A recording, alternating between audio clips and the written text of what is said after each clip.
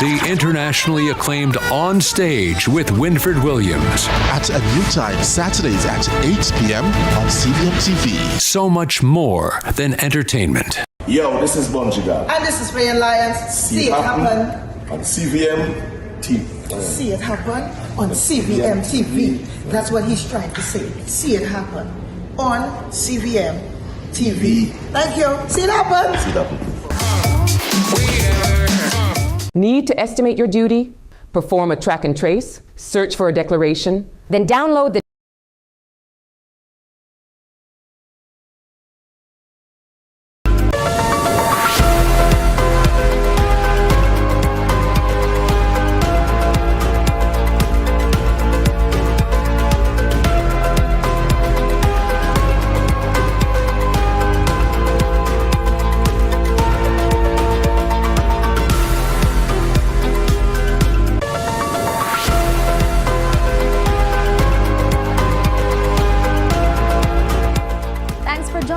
for CVM News at Noon. It's Monday, February 16, 2026. I'm Amoy Harriet. Up first, police have seized 2 illegal firearms and dismantled a card skimming and cryptocurrency laundering operation during coordinated weekend operations in St. Andrew and Manchester. According to reports, about 12:50 p.m. on Saturday, members of the Specialized Investigation Branch's National Strategic Anti-Gang Division carried out an operation on West Main Drive in Marley, St. Andrew. During that operation, 2 pistols with 5 rounds of ammunition were seized.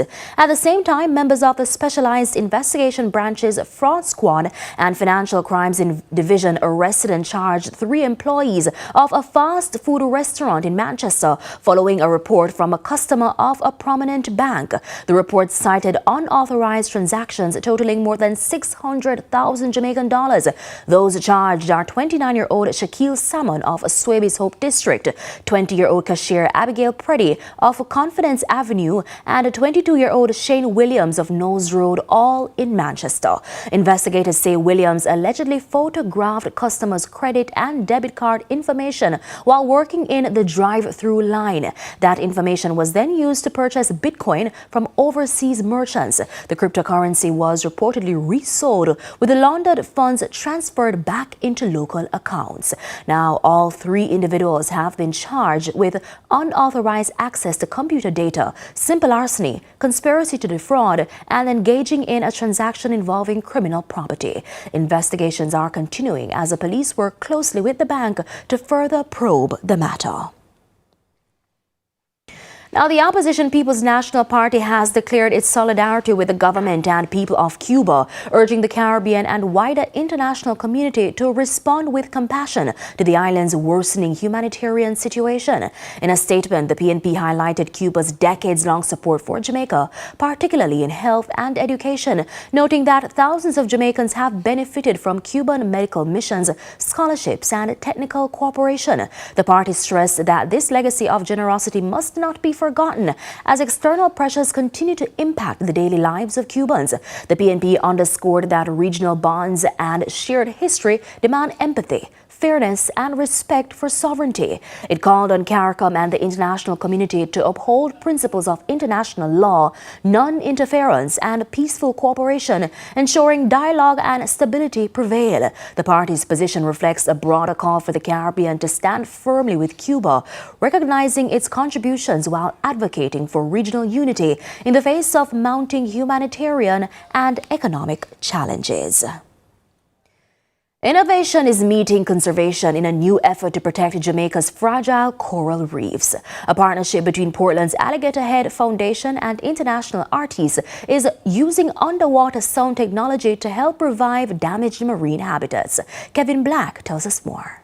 Sound is becoming an unlikely but promising tool in the fight to save Jamaica's coral reefs. Through a collaboration between artists and marine conservationists, underwater soundscapes are being introduced to degraded reef areas to encourage marine life to return. According to artist in residency from TBA 21 Academy, Marco Bogotti, the technique relies on the sounds of healthy, living reefs to help restore damaged marine ecosystems. Acoustic enrichment is a marine conservation technique that uses the sound of healthy reefs to restore damaged ecosystem. If a reef is alive with sound, it's most likely to stay alive. But when reefs degrade, they grow silent. So fish and coral larvae, they actually use sound to navigate and to locate suitable habitats to shelter, to settle, and grow. The initiative forms part of an international art and science project combining research, technology, and creative design. Ceramic sculptures made from calcium carbonate, the same material found in coral, will be deployed underwater to provide shelter for marine life while broadcasting reef sounds. The system will be powered by a floating solar energy buoy connected to an underwater sound device. So what you see in the back is the sculptures that we will deploy. They are made from ceramic and calcium carbonate. There is a floating solar station, which is a buoy which converts sunlight into electricity, and it powers the sound system, the underwater sound system. Coral reefs support marine life and protect coastlines, but they remain under threat. Researchers hope this approach can help speed up reef recovery in Jamaica. What we have been doing in the last days is recording the soundscape of healthy reefs in multiple locations here at Alligator Head Foundation. And then what we will do, we'll create a long soundscape of 12 hours or 24 hours that will be then broadcast for 2-3 months starting. This handover. Sound is becoming an can help speed up reef recovery in Jamaica. What we have been doing in the last days is recording the soundscape of healthy reefs in multiple locations here at Alligator Head Foundation. And then what we will do, we'll create a long soundscape of 12 hours or 24 hours that will be then broadcast for 2-3 months starting at the end of March in 2026. Kevin Black reporting for CVM News. Sound is becoming. And we go now to hear from a final year law student, a former ward of the state whose academic strides saw one charity investing $500,000 towards her tuition. However, despite their input and her gratitude, there's an appeal for another $1 million to plug her tuition gap. Nika Lewis reports. This handover is the fulfillment of a promise made to a 10-year-old ward of the state whose boldness and brilliance shone brightly from the start. She wanted to become a lawyer and took steps to overcome obstacles to this point. When we met Vanessa, she said that she wanted to be an attorney. And we said, you know what? You're great and you're going to be an attorney. And said, if you ever meet in any difficulties, we gave her her email address and a contact number. And she contacted us saying that no, that she was in some difficulty and about to be deregistered. And so we stepped in to provide her with a bursa of $500,000, which $1 million is left. But I know Corporate Jamaica, I'm appealing. Whatever you can give to help her in aid of her education. And she has shown consistency right from age 10 when we first met her. Sure. And so this is a feel-good story. I went to Camperdown High School. My grades in CSEC. I currently have 22 subjects. That includes CSEC and CAPE. I got grades 1s and 2s in CSEC. And I did 10 CSEC and, as you know, 5 CAPE for each unit. So that's Unit 1, 5 CAPE subjects, Unit 2, 5 CAPE subjects. All of those were grades 1s and 2s. So. Right from the start, acknowledges that education would be her gateway out of poverty. She beams with gratitude for the help so far and what's likely to come. I feel very grateful. I feel, words really can't describe, this has been a dream of mine ever since I was possibly 10, to become a lawyer. And I am in my 3rd year at law at University of the West Indies. So,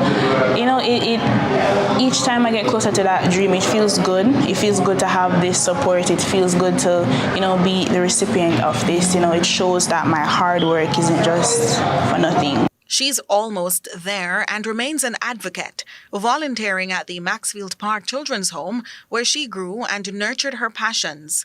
She's not only seeking help for herself, but makes a general call to those who have. I will call on organizations too to help these persons when they reach out, international, regional, corporate. Like, we call on you to help children of the state care, and not just children of the state care, but people who are in need, people who you see have that potential and can possibly be something. Nika Lewis, CVM News.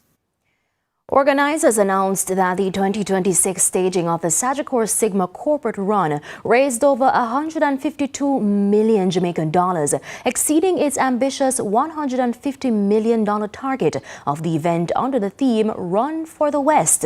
President and CEO of Sagicor Group, Christopher Zaka, says the annual charity road race will direct the funds towards repairing damaged schools in Western Jamaica.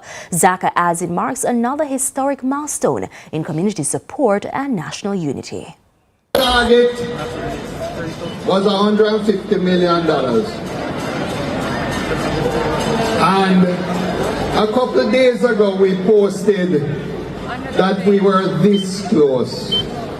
This close. All of you, you're going to help to stop the children from crying in the West. Now, Foreign Affairs Minister Kamina Johnson-Smith says scores of Jamaican students in Cuba remain purposeful despite what she described as false news that most foreign students have been fleeing the country. She says recent talks with other ambassadors revealed that these claims were untrue.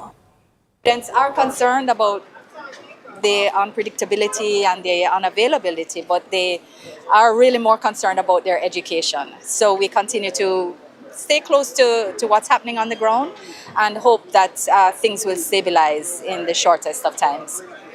Approximately how many students from Jamaica is in Cuba? From Jamaica, it's more than 300. 44, I believe it is, that are government scholarship students and 256 that are privately funded.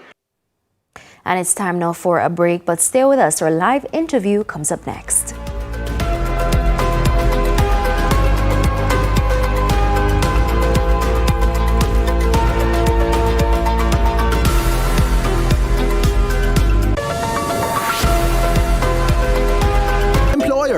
Once a month, you have the power to shape Jamaica's future. By paying your hard 3% contribution, you're not just contributing, you're investing in people, in skills, in our economy.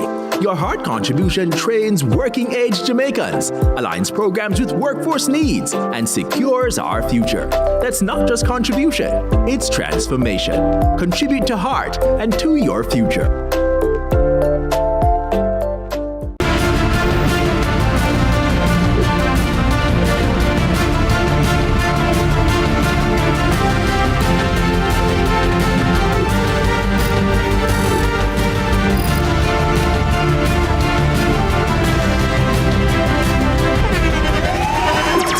The internationally acclaimed On Stage with Winfred Williams. At a new time, Saturdays at 8 p.m. on CVM TV. So much more than entertainment.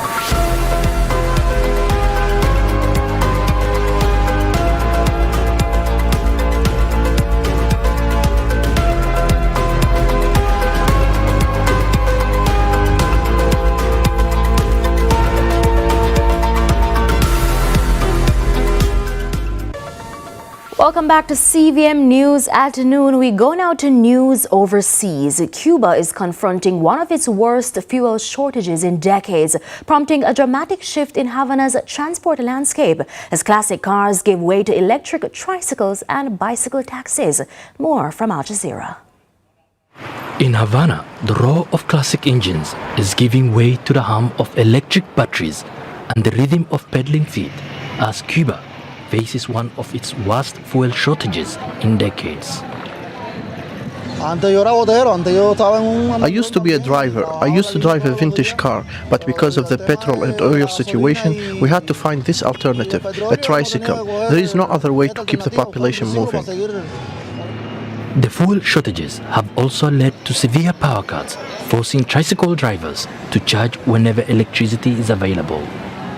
Some have mounted solar panels on their tricycles, hoping to stay on the road when the grid goes dark.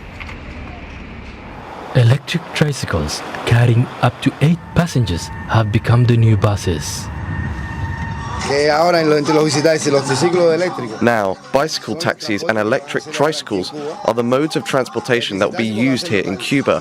The bicycle taxi will be for local use, and the tricycle will be able to travel a long distance. Anything fuel-based is collapsing. For many, the ingenious transport allows them to continue to work, study or reach a hospital, but at a cost. Let's head to a break. More when we come back.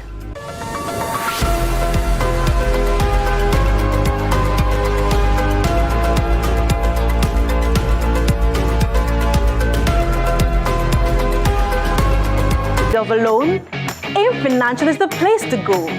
We have loans from $20,000 to $3.3 million. Get a loan to pay school or college tuition, medical expenses, bills, fix up your house, buy furniture and appliances, repair or buy a car.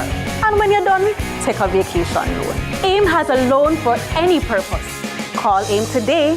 You won't find a better deal elsewhere. Guaranteed.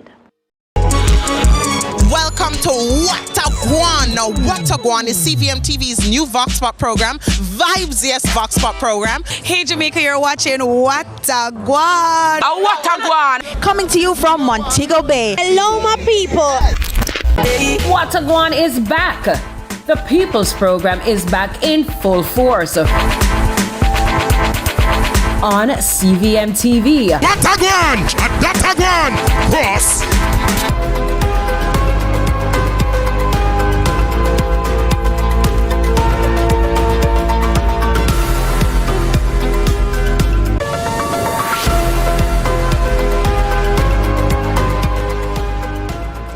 Welcome back to CVM News at Noon. The National Environment and Planning Agency, NEPA, Jamaica's chief environmental regulator, remains under the office of the Prime Minister, not the Ministry of Water, Environment and Climate Change. Now, the Jamaica Beach Birthright Environmental Movement, JABEM, says this structure raises serious questions about regulation, independence, and who ultimately controls environmental decisions in Jamaica. President of JABEM, Dr. Devon Taylor, now joins us via phone for this discussion. Good afternoon, Dr. Taylor. Good afternoon. Greetings. In a press release earlier today, JABEM, you described the move as an authoritarian consolidation of power. That's strong language. What concrete evidence do you have that this is about political control rather than administrative restructuring? Well, it's clear that you created an environmental ministry, a ministry that is supposed to be charged with overseeing the environment of Jamaica, conserving the environment of Jamaica. And what is required for that is NEPA. NEPA is the regulatory body that is the final decision maker on everything that is environmentally related in Jamaica. This is why the Natural Resource Conservation Authority that was created in 1991 was charged with that responsibility. And so a ministry without an environmental ministry without that regulatory body is powerless, right? And since the power is enshrined in the NRCA, in NEPA, and for that to retain itself in the Prime Minister's office is saying that the Prime Minister is controlling the power of the environment instead of the ministry that was created to do so. So that is a political decision that centralized environmental decision-making, that centralized controlling environment in the executive branch, and that is dangerous because what that does is weakens oversight, undermines transparency, and create a model that is really a top-down model when it comes down to environmental governance that sideline community and the justice that the environmental deserve. So if NEPA remains under the office of the Prime Minister, what practical impact do you think this has on how environmental approvals and enforcement decisions are made? Well, this is where we are alarmed and concerned because you created an environmental ministry to deal with the issue of climate change, to deal with water, right, to deal with the environment, and you does not give it any power to do so. So that is our major concerns here, is that it is a powerless ministry. It's a charade, right? And these are serious consequences on the Jamaican environment, right? So you understand that the ministry that deals with, economic growth and infrastructural development is also positioned in the OPM, right? And this is the ministry that, pushes for all these environmental, this infrastructural development. And then this is the agency that now controls NEPA. So what we are seeing here is that you're putting the fox in charge of the end house. But Dr. Taylor, the government